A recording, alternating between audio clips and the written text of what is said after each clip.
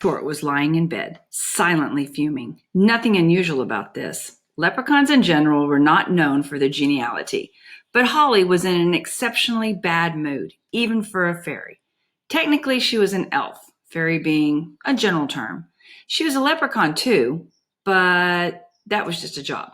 Anyway, perhaps a description would be more helpful than a lecture on fairy genealogy.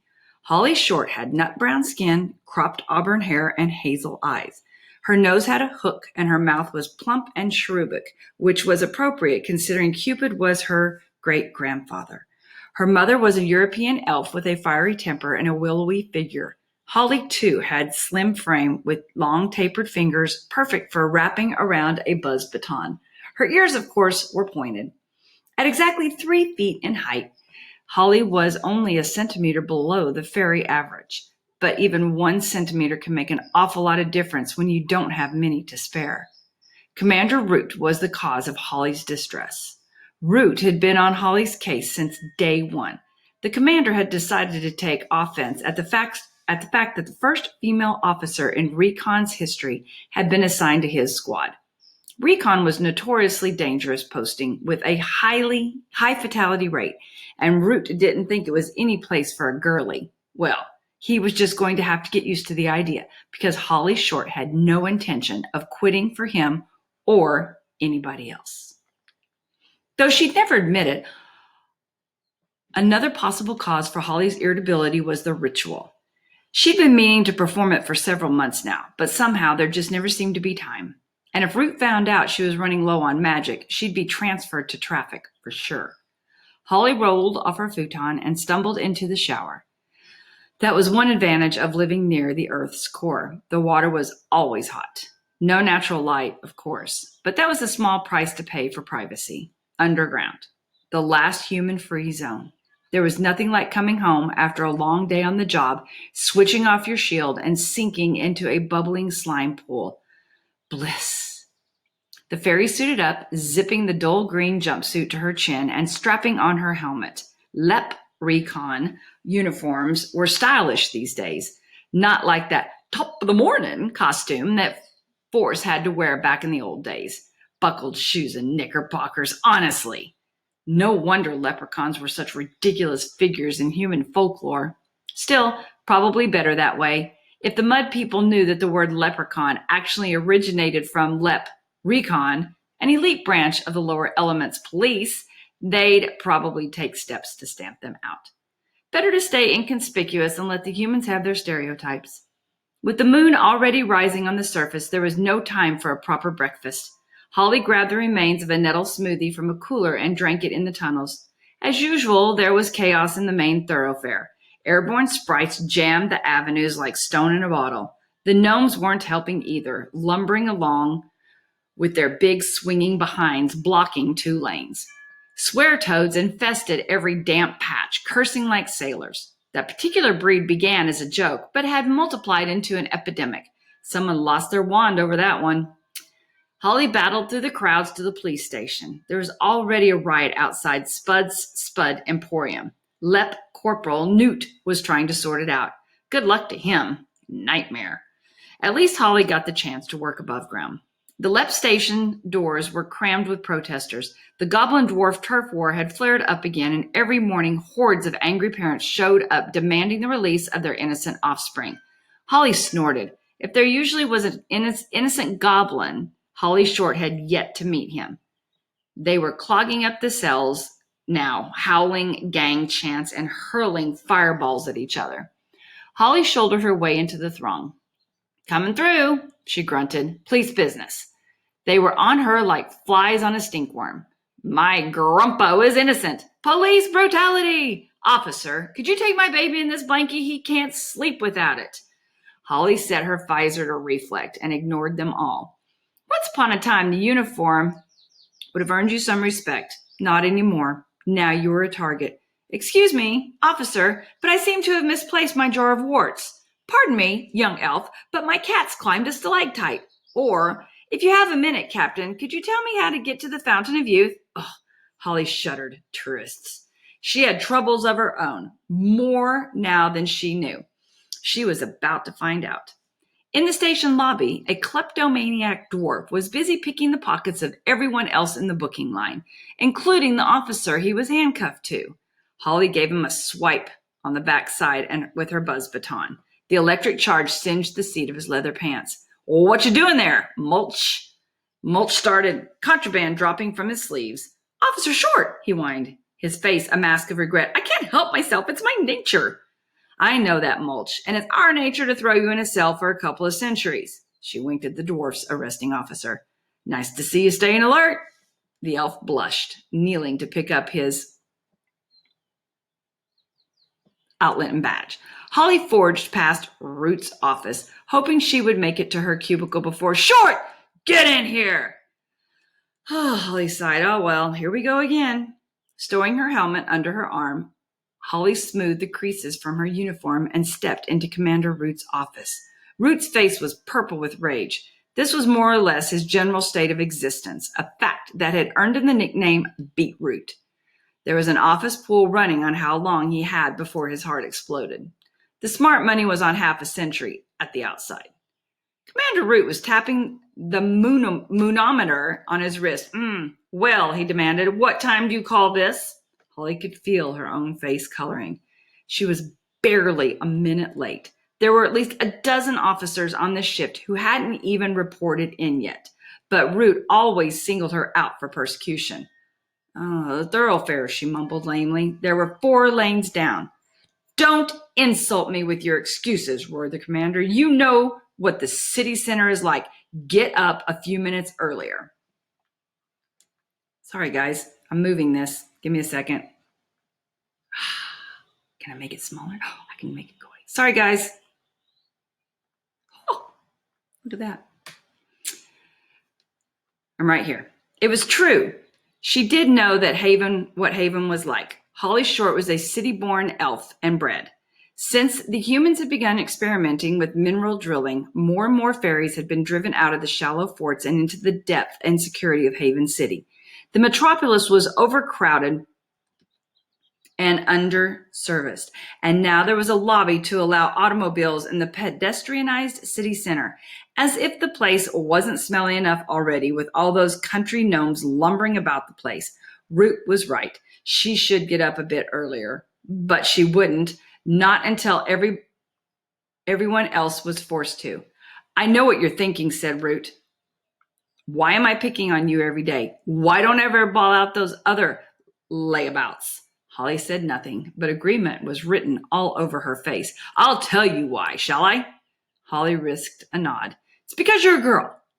Holly felt her fingers curl into fists. She knew it, but not for the reasons you think, continued Root.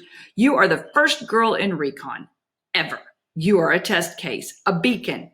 There are a million fairies out there watching your every move. There are a lot of hopes riding on you, but there's a lot of prejudice against you too. The future of law enforcement is in your hands. And at the moment, I'd say it was a little heavy." Holly blinked. Root had never said anything like this before. Usually it was just, "Fix your helmet, stand up straight, blah, blah, blah."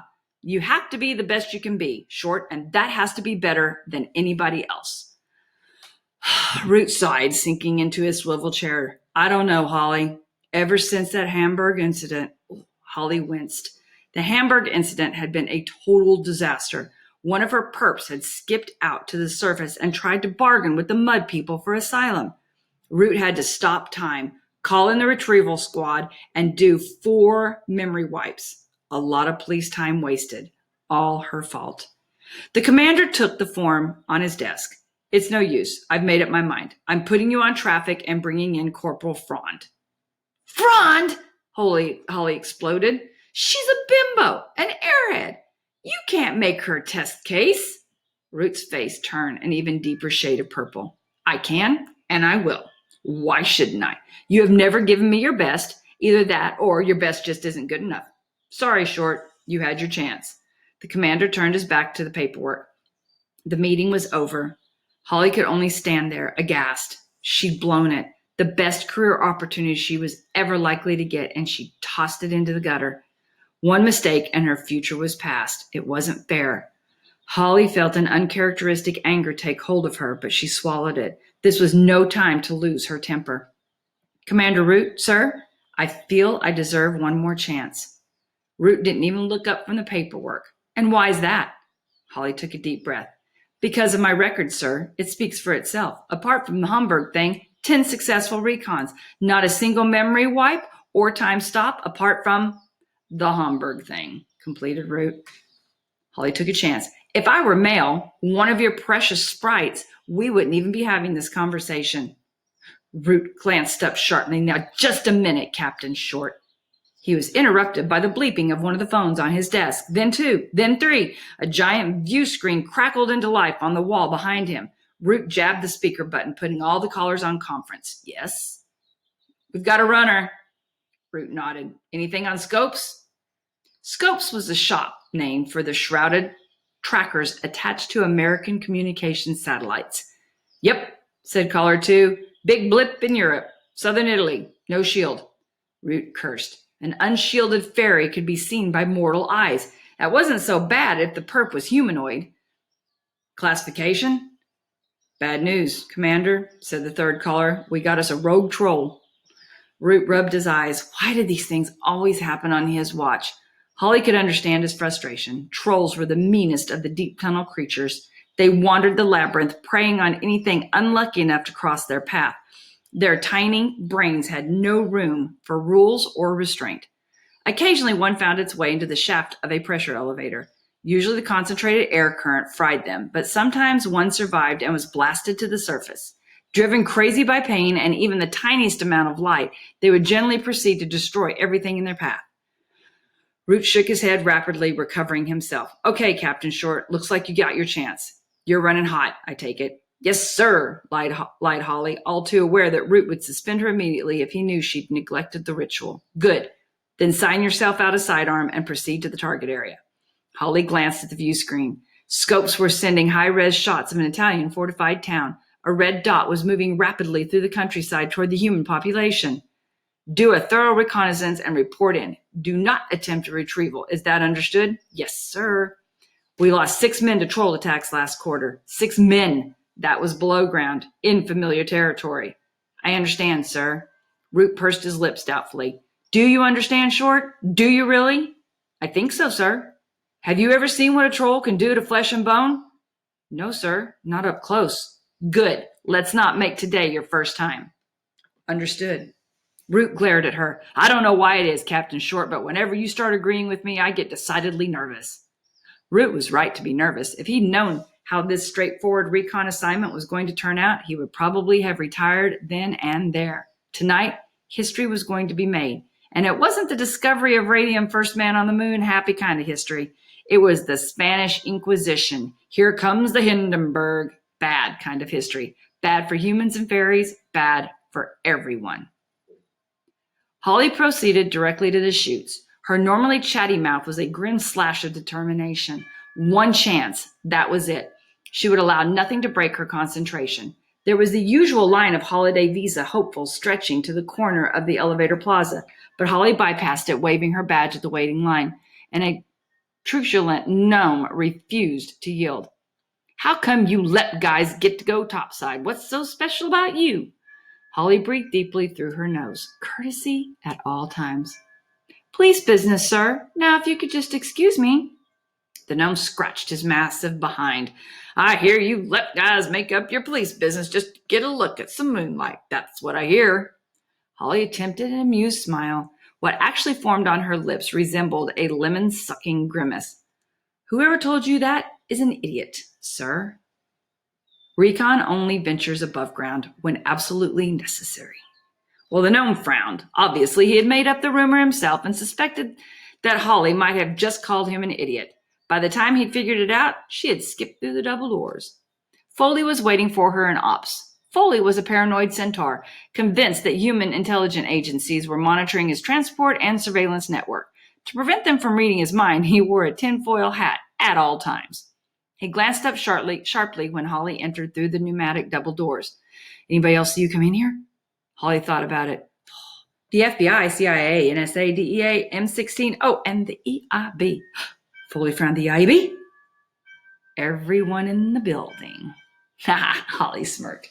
Foley rose from his swivel chair and clip-clopped over to her. Oh, you think you're very funny, Short. A regular riot. I thought the Hamburg incident might have knocked some cockiness out of you, but if I were you, I'd concentrate on the job at hand. Holly composed herself. He was right. Okay, Foley, fill me in. The Centaur pointed to a live feed from the Eurosat, which was displayed on a large plasma screen. This red dot is the troll. He is moving toward Martina Franca, a fortified town near the city of Brindisi, and as far as we can tell, he stumbled into vent E7. It was on cooldown after a surface shot. That's why the troll isn't crispy barbecue right now. Holly grimaced. Charming, she thought. We've been lucky in that our target has bumped into some food along the way. He has chewed on a couple of cows for an hour or two, so that bought us a bit of time. Couple of cows, exclaimed Holly. Just how big is this fellow? Foley adjusted his foil bonnet. Bull troll, fully grown, 180 kilos, with tusks like a wild boar, a really wild boar. Holly swallowed. Suddenly, recon seemed like a much better job than retrieval. Right. What have you got for me? Foley cantered across to the equipment table. He selected what looked like a rectangular wristwatch. Locator. You find him, we find you. Routine stuff. Video? The Centaur clipped a small cylinder into the accommodating groove on Holly's helmet. Live feed, nuclear battery, no time limit. The mic is voice activated. Good, said Holly. Root and I should take a weapon on this one, just in case. Way ahead of you, said Foley. He picked a platinum handgun from the pile. A Neutrino 2000, latest model. Even the tunnel gangs don't have these. 3 settings if you don't mind. Scorched, well done, and crisp to a cinder. Nuclear power source also, so plug away. This baby will outlive you by 1,000 years. Holly strapped the lightweight weapon onto her shoulder holster. I'm ready, I think. Foley chuckled. I doubt it. No one's ever ready for a troll. Thanks for the confidence booster. Confidence is ignorance, advised the Centaur. If you're feeling cocky, it's because there's something you don't know.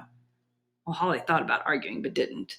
Maybe it was because she had a seeking suspicion that Foley was right. The pressure elevators were powered by gaseous columns vented from the Earth's core. The LEP tech boys, under Foley's guidance, had fashioned titanium eggs that could ride on the currents. They had their own independent motors, but for an express ride to the surface, there was nothing like the blast from a tidal flare. Foley led her past a long line of chute bays to E7. The pod sat in its clamp, looking very fragile to be rocketing about on magma streams. Its underside was charred black and pockmarked from shrapnel. The Centaur slapped it fondly on a fender. Ha! This baby's been in service for 50 years. Oldest model still in the chutes. Holly swallowed. Chutes made her nervous enough without riding an antique. When does it come offline? Foley scratched his hairy belly. With funding the way it is, not until we have us a fatality. Holly cranked open the heavy door. The rubber seal yielded with a hiss. The pod was not built for comfort. There was barely enough space for a restraining seat among the jumble of electronics. What's that? asked Holly, pointing at a grayish stain on the seat's headrest. Fowl shuffled uncomfortably. Brain fluid, I think. We had a pressure leak on the last mission, but that's plugged now, and the officer lived, down a few IQ points, but alive, and he can still take liquids. Well, that's all right then, quipped Holly, threading her way through the mass of wires. Foley strapped the harness onto her, checking all the restraints thoroughly. All set? Holly nodded. Foley tapped her helmet mic. Keep in touch, he said, and pulling the door closed behind him.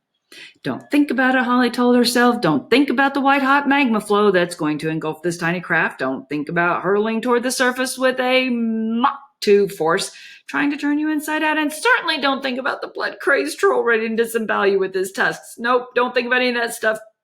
Too late.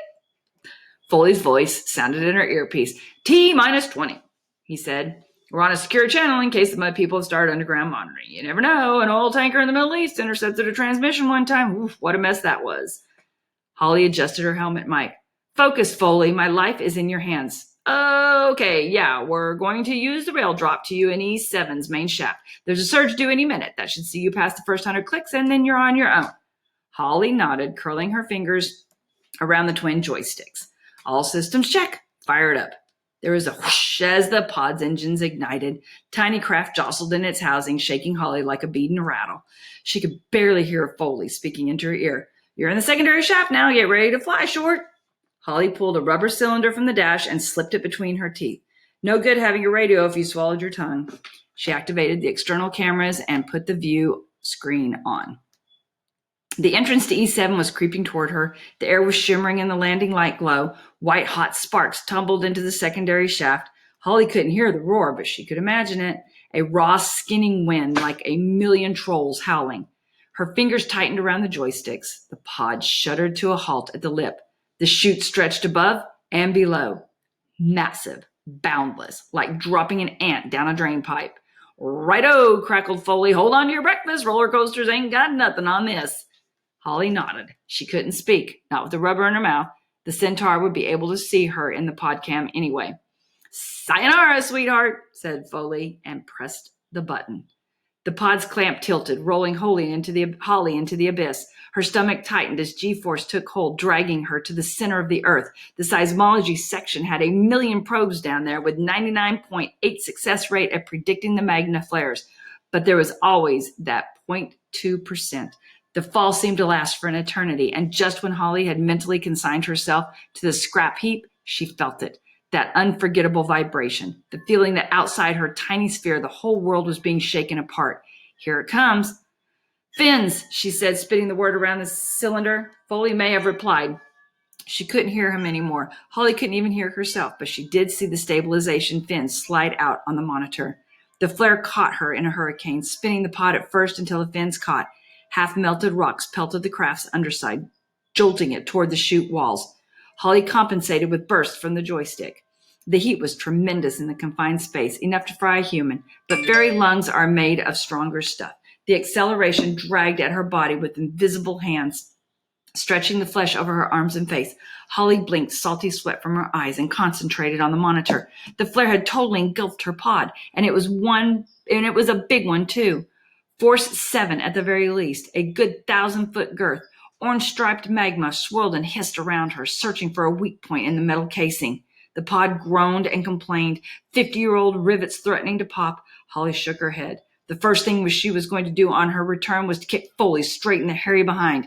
She felt like a nut inside a shell between gnome's molars. Doomed.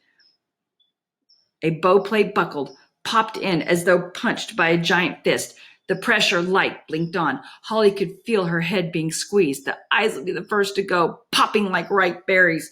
She checked the dials. 20 more seconds before she rode out the flare and was running on thermals. Those 20 seconds seemed like an age. Holly sealed the helmet to protect her eyes, riding out the final barrage of rocks. And suddenly they were clear, sailing upward on the comparatively gentle spirals of hot air. Holly had added her own thrusters to the upward force. No time waste floating around on the wind. Above her, a circle of neon lights marked the docking zone. Holly swiveled horizontal and pointed the docking nodes at the lights. This was delicate. Many recon pilots had made it this far only to miss the port and lose valuable time. Not Holly. She was a natural. First in the academy. She gave the thrusters one final squeeze and coasted the last 100 feet. Using the rudders beneath her feet, she teased the pod through the circle of light and into its clamp on the landing pad. The nodes revolved, settling in their grooves. Safe. Whew. Holly smacked herself on the chest, releasing the safety harness. Once the door seal was open, sweet surface air flooded the cabin. There was nothing like that first breath after a ride in the chutes. She breathed deeply, purging the stale pod air from her lungs. How had the people ever left the surface? Sometimes she wished that her ancestors had stayed to fight it out with the mud people, but there were too many of them. Unlike fairies who could produce only a single child every 20 years, mud people bred like rodents. Numbers would subdue even magic. Although she was enjoying the night air, Holly could taste traces of pollutants. The mud people destroyed everything they came into contact with. Of course, they didn't live in the mud anymore, not in this country at least. Oh no, big fancy dwellings with rooms for everything. Rooms for sleeping, rooms for eating, even a room to go to the toilet. Indoors! Oh, Holly shuddered. Imagine going to the toilet inside your house. Disgusting. The only good thing about going to the toilet was the minerals being returned to the earth. But that mud people had even managed to botch that up by treating the stuff with bottles of blue chemicals. If anyone had told her 100 years ago that humans would be taking the fertile out of fertilizer, she would have told them to get some air holes drilled into their skull. Holly unhooked a set of wings from their bracket. They were double ovals with a clunky motor. She moaned. Dragonflies. She hated that model. Gas engine, if you believe it, and heavier than a pig dipped in mud. Now the Hummingbird G7. Now that was transport. Whisper silent with the satellite-bounced solar battery that would fly you twice around the world. But there were budget cuts again. On her wrist, the locator began to beep.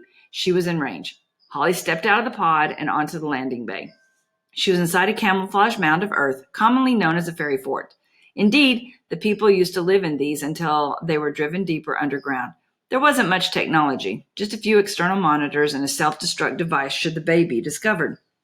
There was nothing on the screens. All clear. The pneumatic doors were slightly askew where the troll had barged through, but otherwise everything seemed operational. Holly strapped on the wings, stepping into the outside world. The Italian night sky was crisp and brisk, infused with olives and vine. Crickets clicked in the rough grass. Moths fluttered in the starlight. Holly couldn't help herself smiling. It was worth the risk, every bit of it. Speaking of risk, she checked the locator. The bip was much stronger now. The troll was almost at the town walls. She could appreciate nature after the mission was over. Now it was time for action. Holly primed the wing's motor, pulling the starter cord over her shoulder. Nothing. She fumed silently. Every spoiled kid in Haven had a hummingbird for their wilderness holidays, and here were the Lep with wings that were junk when they were new. She yanked the cord again, and then again. On the third wrench, it caught, spewing a stream of smoke and fumes into the night. About time, she grunted, flicking the throttle wide open. The wings flapped their way to a steady beat, and with not little effort, lifted Captain Holly short into the night sky. Even without the locator, the troll would have been easy to follow. It had left a trail of destruction wider than a tunnel excavator. Holly flew low, skipping between mist hazes and trees, matching the troll's course. The crazed creature had cut a swath through the middle of a vineyard, turning a stone wall to rubble, and left a guard dog gibbering under the hedge. Then she flew over the cows. It was not a pretty sight.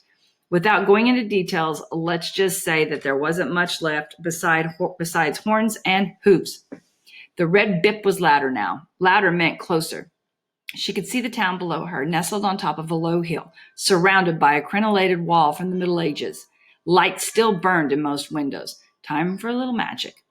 A lot of the magic attributed to the people is just superstition, but they do have certain powers, healing the mesmer and shielding among them. Shielding is really a misnomer. What fairies actually do is vibrate at such a high frequency that they are never in one place long enough to be seen.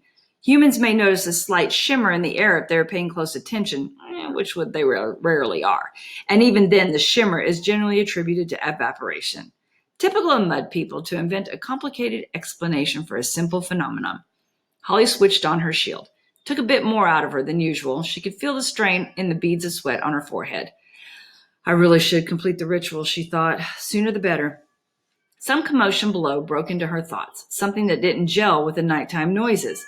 Holly adjusted the trim on her backpack and flew in for a closer look. Look only, she reminded herself. That was her job. A recon officer was set up the chutes to pinpoint the target, while the retrieval boys took a nice, cushy shuttle. The troll was directly below her, pounding against the town's outer wall, which was coming away in chunks beneath his powerful fingers. Holly sucked in a startled gasp. This guy was a monster, big as an elephant and 10 times as mean. But this particular beast was worse than mean. He was scared. Control, Holly said into her mic. Runner located. Situation critical, topside. Root himself was on the other end of the comm link. Clarify, Captain. Holly pointed her video link at the troll. Runner is going through the town wall. Contact imminent. How far away is retrieval? ETA 5 minutes minimum. We're still in the shuttle. Holly bit her lip. Root was in the shuttle? That's too long, Commander. This whole town is going to explode in 10 seconds. I'm going in. Negative, Holly. Captain Short, you don't have an invite. You know the law. Hold your position. But Commander, Root cut her off. No buts, Captain. Hang in there. That's an order. Holly's entire body felt like a heartbeat. Gasoline fumes were addling her brain. What could she do? What was the right decision to make? Lives or orders? Then the troll broke through the wall and a child's voice split the night. Auto! It screamed. Help! An invitation! At a stretch. Sorry, Commander, the troll is light crazy and there are children in there. She could imagine Root's face purple with rage as he spat into the mic. I'll have your stripes, Short. You'll spend the next 100 years on dream duty. But it was no use. Holly had disconnected her mic and swooped in after the troll. Streamlining her body, Captain Short ducked into the hole. She appeared to be in a restaurant, a packed restaurant. The troll had been temporarily blinded by electric light and was thrashing about in the center of the floor. The patrons were stunned. Even the child's plea had petered out. They sat gaping, party hats perched comically on their heads. Waiters froze, huge trays of pasta quivering in their splayed fingers. Chubby Italian infants covered their eyes with chubby fingers. It was always like this in the beginning, the shocked silence. Then came the screaming. A wine bottle crashed to the floor. It broke the spell. Pandemonium started. Holly winced. Trolls hated noise almost as much as light. The troll lifted massive, shaggy shoulders, its retractable claws sliding out with an ominous shh. Classic predator behavior. The beast was about to strike. Holly drew her weapon and flicked it up to the second setting. She couldn't kill the troll under any circumstances, not to save humans, but she could certainly put him out until retrieval arrived. Aiming for the weak point at the base of the skull should let the troll have a long burst of concentrated ion ray. The beast staggered, stumbled a few steps, and then got very angry. It's okay, thought Holly. I'm shielded, invisible. To any onlookers, it would seem as though a pulsing blue beam emanated from thin air. The troll rounded on her, its muddy dreadlocks swinging like candles. No panic. It can't see me. The troll picked up a table. Invisible, totally invisible. He pulled back a shaggy arm and let fly. Just a slight shimmer in the air. The table tumbled straight toward her head. Holly moved, a second too late. The table clipped her backpack, knocking the gas tank clean off. It spun through the air, trailing flammable fluid. Italian restaurants, wouldn't you know it, full of candles. The tank twirled right through an elaborate candelabrum and burst into flames like some deadly firework. Most of the gas landed on the troll, and so did Holly. The troll could see her. There was no doubt about it. It squinted at her through the hated light, its brow a rictus of pain and fear. Her shield was off. Her magic was gone. Holly twisted in the troll's grip, but it was useless. The creature's fingers were the size of bananas, but nowhere near as pliant. They were squashing the breath from her ribcage with savage ease. Needle-like claws were scraping at the toughened material of her uniform. Any second now they would punch through, and that would be that. Holly couldn't think. The restaurant was a carousel of chaos. The troll was gnashing its tusks, greasy molars trying to grip her helmet. Holly could smell its fetid breath through her filters. She could smell the odor of burning fur, too, as the fire spread across the troll's back. The beast's green tongue rasped across her visor, sliming the lower section. The visor! That was it, her only chance. Holly wormed her free hand to the helmet controls, the tunnel lights, high beams. She depressed the sunken button, and 800 watts of unfiltered light blasted from the twin spotlights above her eyes. The troll reared back, a penetrating scream exploding from beneath rows of teeth. Dozens of glasses and bottles shattered where they stood. It was too much for the poor beast. Stunned, set on fire, and now blinded. The shock and pain made their way through its tiny brain, ordering it to shut down. The troll complied, keeling over with an almost comical stiffness. Holly rolled to avoid a scything tusk. There was complete silence. But for tinkling glass, crackling fur, and the sudden release of breath, Holly climbed shakily to her feet. There were a lot of eyes following her. Human eyes. She was 100% visible. And these humans wouldn't stay complacent for long.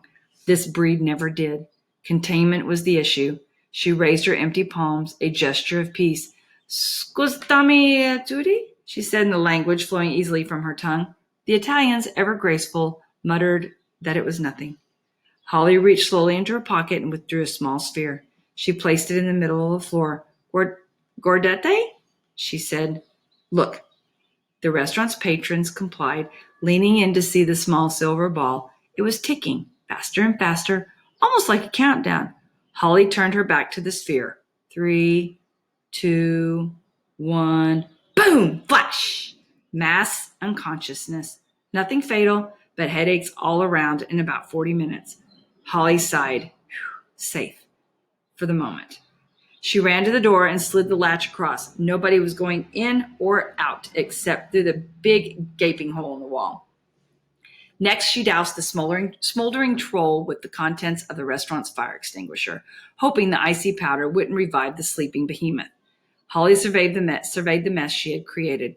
There was no doubt this was a shambles, worse than Hamburg. Root would skin her alive. She'd rather face the troll any day. This was the end of her career for sure, but suddenly that didn't seem so important because her ribs were aching and she had a blinder of a pressure headache coming on. Perhaps a rest, just for a second, so she could pull herself together before retrieval showed up. Holly didn't even bother looking for a chair. She simply allowed her legs to buckle beneath her, sinking to the chessboard linoleum floor. Waking up to Commander Root's bulging features is the stuff of nightmares. Holly's eyes flickered open, and for a second she could have sworn there was concern in those eyes. But then it was gone, replaced by the customary vein-popping fury. "Captain Short!" he roared, mindless of her headache. "What in the name of sanity happened here?" Holly rose shakily to her feet. There was... The sentences just wouldn't come. "You disobeyed a direct order. I told you to hang back. I know it is forbidden to enter a human building without an invitation." Holly shook the shadows from her vision. "I got invited in. A child called for help." "You're on shaky ground there, Short." "There is precedent, sir. Corporal Rowe versus the state. The jury ruled that the trapped woman's cry for help could be accepted as an invitation into the building. Anyway, you're all here now. That means you accepted the invitation too." Said Root doubtfully. "I suppose you were lucky. Things could have been worse." Holly looked around. Things couldn't have been a lot worse. The establishment was pretty trashed, and there were 40 humans out for the count. Tech boys were attaching mind wipe electrodes to the temples of unconscious diners. We managed to secure the area in spite of half the town hammering on the door. "Well, what about the hole?" Root smirked. "See for yourself."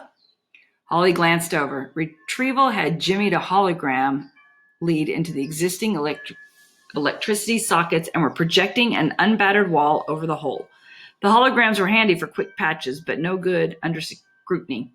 Anyone who examined the wall too closely would have noticed that the slightly transparent patch was exactly the same as the stretch beside it. In this case, there were two identical patches of spiderweb cracks and two reproductions of the same Rembrandt. But the people inside the pizzeria were in no condition to examine the walls, and by the time they woke up, the wall would have been repaired by the telekinetic division. The entire paranormal experience would be removed from their memories. A retrieval officer bolted from the room. "Commander!" "Yes, Sergeant." "There's a human in here, sir." "The concussor didn't reach him." "He's coming, sir. Right now, sir." "Shields!" barked Root. "Everyone!"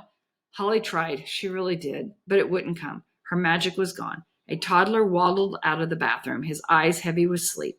He pointed a pudgy finger directly at Hollow. "Ciao, Filetta," he said before climbing into his father's lap to continue his snooze. Root shimmered back into the visible spectrum. He was, if possible, even angrier than before. "What happened to your shield, Short?" Holly swallowed.